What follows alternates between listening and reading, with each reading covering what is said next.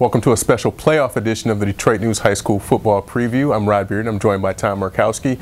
And now we're at that good time of year. It's almost Christmas time in November that we're getting playoff football. 32 teams in each of the 8 divisions. Let's start breaking down a few of them. Start in Division 1 with the defending Division 1 champion, Detroit Cass Tech, playing at Grosse Pointe South. And I guess this isn't the way you want to start out the playoffs.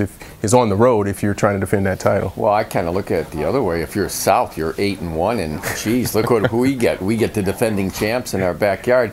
That being said, Tim Brandon's the coach at South said, bring them on. You know, we might have to face them anyways. They're kind of in the neighborhood, so to speak. And if he said if we didn't play him first round, it might be the second. So he does have a home game. That's a good thing for Grosse Pointe South. But I think Cass Tech is going to wake up like they did last year in the state playoffs. If you recall, they went to Livonia Churchill last year at this time, whooped them 35-6.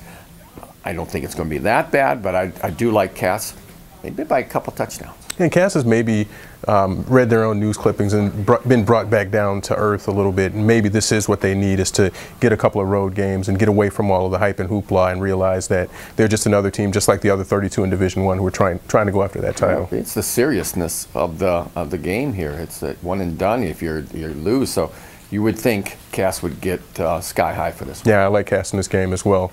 Another big game between two 8-1 teams, Wyandotte at Woodhaven. And you would think, again, if you're 8-1, why am I playing a road game? You know, that's happened a couple of times. In fact, Warren Mott has to go on the road at Eisenhower. But Woodhaven and Wyandotte played midseason, and Woodhaven kind of took Wyandotte to the woodshed, so to speak, 64-36. I really think Ron Adams, the coach at Wyandotte, is going to scheme a lot better this week. It's a lot different when you play somebody up front than it is to look at the triple option on film.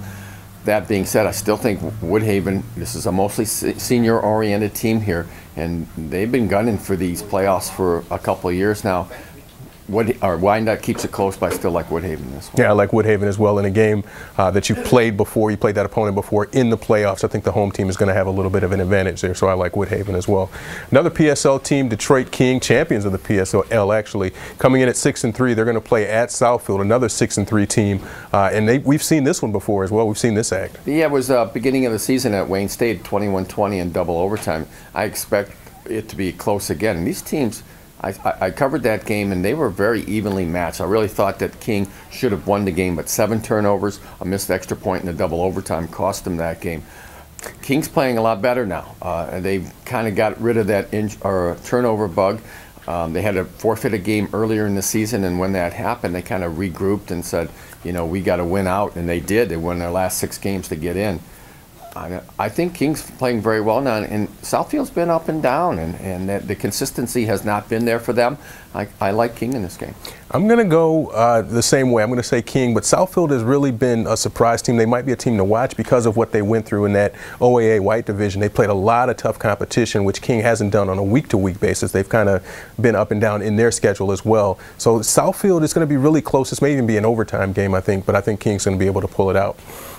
Move to the MAC, a MAC rematch also. 5-4 Chippewa Valley is playing at 8-1 Macomb Dakota, and Dakota seemed to get stronger as the season went on. Yeah, kind of teams that are going different directions. Dakota won 8 straight after losing to Fortson.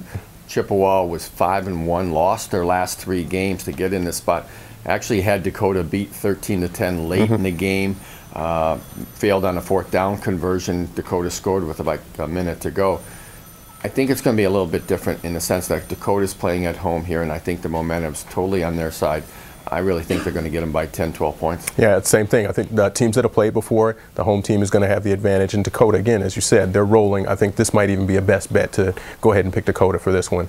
Last one, another rematch that we've seen in the regular season. But again, this is one of those premier rivalry matchups between Canton and Plymouth. Canton 6-3, Plymouth 7-2. Plymouth kind of has the edge in this. It seems to have the edge so far. Well, they defeated them during the regular season 28-21, a game Canton led 21-7. So you look at Plymouth coming back strong, and that I'm sure they have a lot of confidence coming into this game. The only thing that's drawing me back, and the reason I'm taking Canton in this game, is Plymouth last week got waxed by Grand Blanc. That might have taken some starch out of their season. They were 7-1 going into that, 34-6. They did not play well that game. Granted, Grand Blanc is coming on strong at the end of the year. This is always a tough one, and if you look at the history of my picks in this game, I'm terrible. I can never figure out this matchup. I'm going with Canton.